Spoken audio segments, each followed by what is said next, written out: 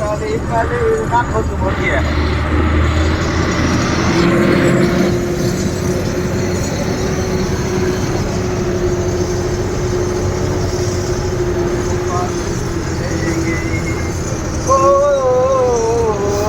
গান হয় না কেন বে তবে দেখছি ভালো লাগে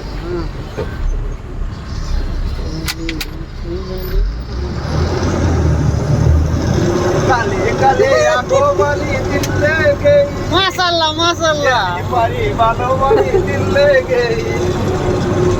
বেশক বেশক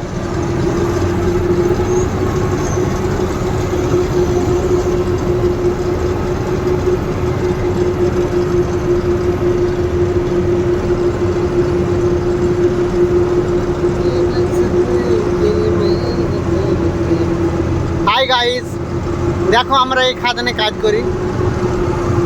খুব কষ্টে দিন যাপন করি কি করবো গরিবের হাল দোস্ত মমতার সাথে লড়াই করি জীবন মরণে কোনো নাই কখন যে চলে যাবো ঠিক নাই দেখো এই দেখো কত খাল দেখো এই মিডল দিয়ে আমরা গাড়ি পার করি ঠিক নাই কিভাবে যখন কখন মরে যাব জীবনে তো কোনো ধরন নাই আজ মলে কাল দুদিন দেখো বন্ধুরা দেখো কত কত ইচ্ছাতে আমরা গাড়ি পার করি কত দেখো রিক্সে হ্যাঁ দেখো দুই সাইডে খাদানি দেখো গেলাম ওই 150 ফুট নিচে পড়ে যাবো যদি একবার পড়ে যাই তো কি করবো তাও পেটের দায়ে কাজ করতে হয়েছে গরিবের সংসার না কাজ করতে হলে খাবো কি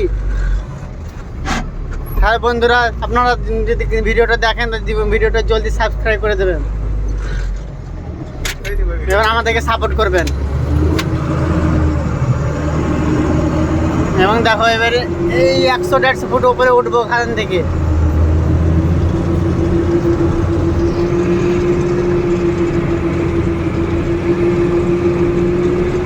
সত্যি মিলিটারিরা যেভাবে নিজের দেশকে রক্ষা করে তেমন আমরা আমাদের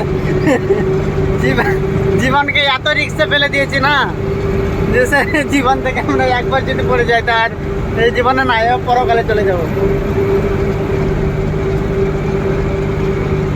দেখো গাড়ি উঠতেছে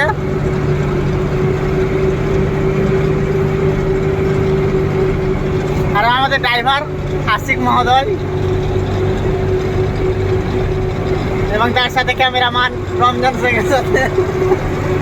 ভিডিওটা করতেছি এবং এই দেখো পাহাড় উঁচু উঁচু পাহাড় এই দেখো বন্ধুরা এই খাদান থেকে আমরা মাল তুলি কত কত নিচে নামি দেখো তোমাদেরকে দেখলে তোমার শরীরের লোম খাড়া হয়ে যাবে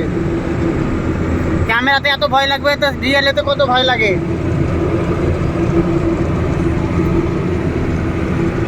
সম্ভব ব্যাপার হ্যাঁ তো কলিজা লাগবে কলিজা গাড়ি চালাতে গেলে সেই কলিজা সবাই থাকে না দোস্ত গাড়ি দম থাকা যায় ঠিক আছে দেখো গাড়ি উঠতেছে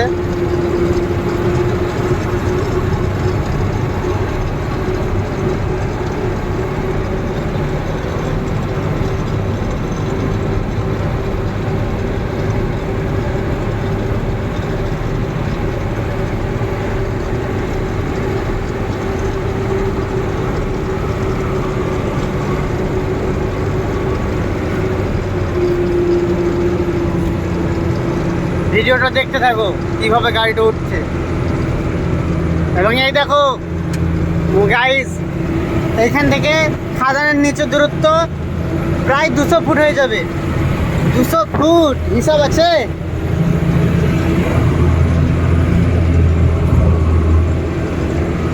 ফুট কম সম নয় 200 ফুট হবে যা আমরা কল থেকে জল তুলি